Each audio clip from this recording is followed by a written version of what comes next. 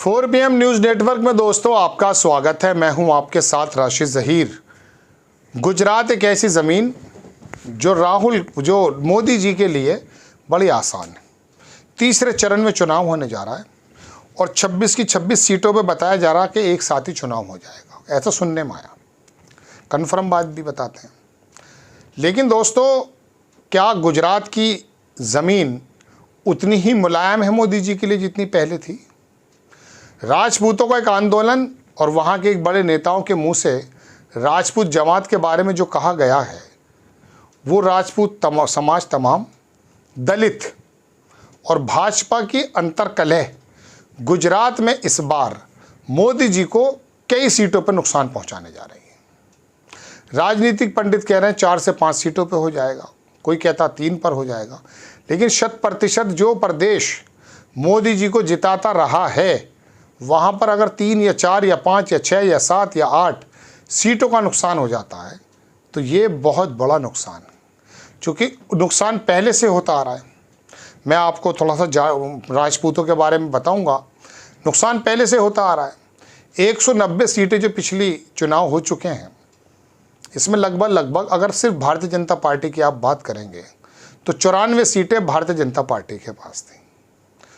और अगर इनके जो एनडीए के सहयोगी जो पहले थे या नहीं थे, अगर अब की बात करते हैं तो 12 सीटें इसमें और जोड़ लीजिएगा, तो लगभग इतनी सीटें बताई जाती हैं कि भारतीय जनता पार्टी के पक्ष में आ रही हैं। लेकिन अभी तक जो चुनाव हुए हैं उसमें लोगों का कहना यह है कि लगभग इन 2 चरणों में, इन 92-94 सीटों में 30 सीटों का नुकसान भारतीय जनता पार्टी को हो गया। देखिए, उत्तर प्रदेश की 16 सीट हैं। इन 16 सीटों में 8 से 10 सीटों पर गठबंधन भारतीय जनता पार्टी को हराने जा रहा है। राजस्थान के अंदर 25 सीटें, दोनों में चुनाव हो गया, दोनों चरणों में, वहाँ 8 से 7, 10, 12 सीट वहाँ पर हारने जा रही है। वहाँ के तो सट्टे बाजार भी कहने लगे हैं। और अगर महाराष्ट्र की बात करें, वहाँ हालात बहुत ज़्यादा विकट हैं। और अगर मिसाल के तौर पे बाकी तमाम जगहों में तो आप कुछ इनका बचा ही नहीं है भाई। तमिलनाडु में या केरल में तीसरे उसमें होने वाला है। गुजरात में क्या हो सकता है वो मैं आपको बताने जा रहा हूँ। राजपूतों के अल्टीमेटम से भी क्यों नहीं डर रही भाजपा? गुजरात में ऐसी क्या ताकत है, समझे समीकरण। राजपूतों का क्या है वो भी मैं आपको दिखाता हूँ, और राजपूतों ने किस प्रकार की धमकियाँ दे दी हैं वो भी मैं आपको दिखाता हूँ। आप देखें, आज तक ने छापा कि बीजेपी के खिलाफ क्षत्रिय समाज का आंदोलन तेज शुरू किया धर्मरथ। गुजरात सरकार के गृह राज्य मंत्री हर्ष संघवी और भाजपा के संगठन महामंत्री रत्नाकर ने क्षत्रिय समुदाय के प्रभावित 10 जिलों में डैमेज कंट्रोल करने के लिए बैठकें की। सूत्रों की माने तो दोनों नेताओं ने पार्टी के क्षत्रिय नेताओं को यह जिम्मेदारी दी कि चुनाव के दौरान कोई बड़ी घटना न हो, साथ ही मतदान के वक्त समाज का ज़्यादातर मतदान भाजपा के उम्मीदवार के पक्ष में हो। ये 24 तारीख की खबर मैं आपको बता रहा हूँ। और लगातार ये तस्वीर देख लीजिए, ये वही रूपाला साहब हैं, पुरुषोत्तम रूपाला केंद्रीय मंत्री हैं। इन्होंने जो कह दिया था वो आप सुन ही चुके हैं। राजकोट सीट से भाजपा के उम्मीदवार पुरुषोत्तम रूपाला के बयान के बाद क्षत्रिय समाज का विरोध अभी भी थमने का नाम नहीं ले रहा है। क्षत्रिय समाज की संकलन समिति की ओर से दिए गए आह्वान के मुताबिक बुधवार से सौराष्ट्र के 2 बड़े जिले राजकोट और कच्छ में धर्म रथ की शुरुआत की गई। धर्म के जरिए तो मनाया जा रहा है। मोदी जी मुसलमान की बात ले आते हैं, मुस्लिम लीग जैसा मैनिफेस्टो बता देते हैं, लेकिन ये जो समाज नाराज़ है, जिसने उत्तर प्रदेश के पश्चिम में भी नुकसान पहुंचाया, बताया जाता है मुजफ्फरनगर में, सहारनपुर में, गाज़ियाबाद में, नोएडा में और सहारनपुर में, यहाँ जो नुकसान पहुंचा है, ये राजपूत समाज, त्यागी समाज, जाट समाज, ये जो लामबंद हुआ है, ये अब धर्म की चाशनी में नहीं आएगा। कांग्रेस इनके लिए बेहतर विकल्प है। कांग्रेस से इनको कोई ज़्यादा ऐतराज़ भी नहीं है। ऐतराज़ इन द सेंस हो सकता है कि साइकिल से हो, अखिलेश यादव से हो जाए, ममता बनर्जी से हो जाए, लेकिन कांग्रेस के पंजे पर आने पे ठाकुर समाज को कोई प्रॉब्लम नहीं। और गुजरात में तो आपको याद होगा, इस बार से पिछली बार जब चुनाव हुआ था तो भारतीय जनता पार्टी 100 का आंकड़ा भी पार नहीं कर पाई थी। वजह क्या थी? पाटीदार और वो जो 3 नेता थे, जिग्नेश मेवानी, अल्पेश ठाकुर कन्हैया, हार्दिक पटेल समाज, ये तमाम लोग जो हैं कांग्रेस के पक्ष में लामबंदी करने लगे थे। तो भारतीय जनता पार्टी मुश्किल से वहाँ पर अपना बहुमत बचा पाई, वरना दिक्कत में हो जाती। और 15 सीटें तो दोस्तों ऐसी थी उस ज़माने में कि एनसीपी ने 500, 1000, 1500 से भारतीय कांग्रेस के कैंडिडेट को हरा दिया था। डिफरेंस इतना था, वरना मोदी जी का ही गिरगिरा राज्य, मोदी जी का ही देश, मतलब अपना शहर, वहाँ पर भारतीय जनता पार्टी हारती और वहाँ कांग्रेस की सरकार बन जाती। लेकिन वो वक्त की बात होती। अब ये जो क्षत्रिय समाज नाराज़ है, ये क्या उस संभावनाओं को प्रबलता देता है कि जिसमें ये कहा जा रहा है कि कांग्रेस, राजपूत जो है भारतीय जनता पार्टी को नुकसान पहुंचा देंगे, कांग्रेस को फ़ायदा पहुंच जाएगा। दलितों की बात भी आ जाती है, दलित समाज भी कुछ इस प्रकार से ही उत्पीड़ित है। और भाजपा की अंतरकिले भी बताई जाती है। पहले खबर देख लें। पुरुषोत्तम रूपाला की उम्मीदवारी रद्द न करने के विरोध में क्षत्रिय समाज अब भाजपा के सामने मैदान में उतर आया है। पुरुषोत्तम रूपाला बार बार क्षत्रिय समाज से माफ़ी मांग चुके हैं और समाज को राष्ट्र हित में भाजपा के साथ जुड़ने की अपील कभी कर चुके हैं। फिर भी क्षत्रिय समाज उनकी एक बात सुनने को तैयार नहीं है।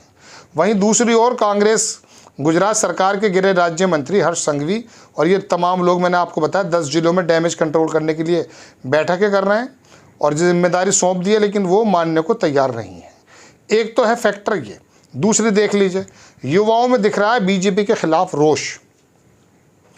डैमेज कंट्रोल बैठक का मूल उद्देश्य समाज के विरोध का शांत करना और साथ ही बड़े नेताओं की जनसभाओं में कोई बड़ा विरोध ना हो सके, लिए इसको समाज को समझाना था। भाजपा के सभी क्षत्रिय नेता अपने अपने इलाकों में समाज के लोगों को समझाने की भरपूर कोशिश कर रहे हैं, लेकिन युवाओं में अभी भी भाजपा के खिलाफ रोष दिख रहा है। ऐसे में गृह राज्य मंत्री, भाजपा के संगठन महामंत्री डैमेज को कंट्रोल करने की कोशिश सफल होती है, ये तो आने वाले वक्त में पता चलेगा। दलितों के साथ भी क्या है मध्य प्रदेश और गुजरात में आपको मालूम है, लेकिन ये समाज और फिर कांग्रेस का अपना वोट बैंक, मुस्लिम समाज, दलित समाज, अति पिछड़ा समाज, अब ये क्षत्रिय जुड़ जाता है। और जो ब्राह्मण समाज है वो भी आप जानते हैं कि देश की अर्थव्यवस्था को लेकर तो वो भी बहुत ज़्यादा सजग है। एक ज़माने तक ब्राह्मण समाज और अपर समाज ने ही देश की अर्थव्यवस्था का प्रतिनिधित्व किया। वो भी जानते हैं कि बाहर से रिपोर्ट आने वाली क्या क्या कह रही हैं। तो गुजरात की धरती no doubt Bharatiya Janata party के लिए पहली बार में बड़ी आसान दिखती है, लेकिन उसके बावजूद भी अगर 4-5 सीटें यहाँ खो जाते हैं, और मैं आपको बता रहा हूँ कि 10 की 10 सीटें हरियाणा में वहाँ हार रहे हैं, दिल्ली के अंदर 7 सीटें जो जीत गई थी वहाँ पर हार, मतलब मैं वो जगह बता रहा हूँ जहाँ 100% इन्होंने जीती हैं। राजस्थान में 25 सीटें खुद जीत ली थी, RLP की एक इन्हीं की थी, उसको मान लो, उसमें 10 सीटें नुकसान। गुजरात में अगर कम से कम पकड़ो 3, 4, 5 सीटों का नुकसान तो 15 सीटें हो जाती हैं। आप हरियाणा की स्थिति देख लीजिए, वहाँ 6 से 7 सीटें हारने के कगार पर हैं, कोई कहता 3 हार जाएंगी, लेकिन वहाँ पर पहलवान, जाट, किसान, तमाम अग्निवीर सब लोग नाराज़ हैं, लामबंद हो चुके हैं। राहुल गांधी अचानक उनकी गारंटियों में जान नज़र आने लगी है, मोदी जी के बातें जुमले नज़र आने लगे हैं। ये एक अजीबोगरीब पलटाव आ रहा है। वजह उसकी मैं पिछले एपिसोड में बता चुका कि धर्म की राजनीति से देश आगे बढ़ गया है। अब उन गारंटीज़ की बात चली जा रही है जो राहुल गांधी दे रहे हैं, समझ रहे हैं आप मेरी बात। तो ये दिल्ली, ये राजस्थान और ये हरियाणा और जनाबे मन उत्तराखंड में भी 2 सीटों का नुकसान होता दिख रहा है, और ये 5 सीट। तो ये तो एक ऐसी सीटें हैं कि तीसरे चरण में मैंने पिछले एपिसोड में बताया कि लगभग 92-94 सीटें जो थी, मतलब इस 190 में अगर देखें तो 94 सीटें पहले थीं, और इस बार भी जो 95 सीटों पे होने जा रहा है उसमें लगभग 72 या 73 सीटें भारतीय जनता पार्टी की आई थीं।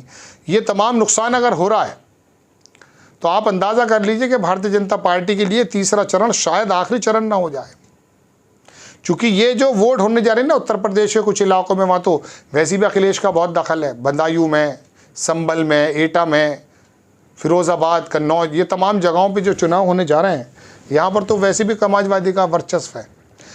और अब राहुल गांधी का तड़का लग गया है, उनकी चीज़ें दिखाई दे गई हैं। तो दोस्तों, गुजरात की जो ज़मीन है वो 3 लोग जो हैं बिगाड़ रहे हैं।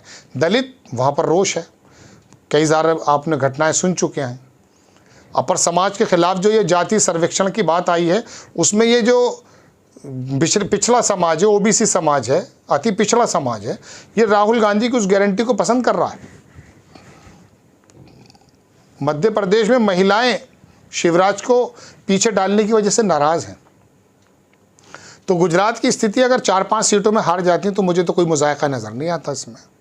आपको यही बताने के लिए हाजिर हुआ था कि गुजरात की ज़मीन भी इस बार बहुत आसान नहीं है मोदी जी के लिए, और ये हिंदुत्व के मुद्दे पर उतर आए हैं।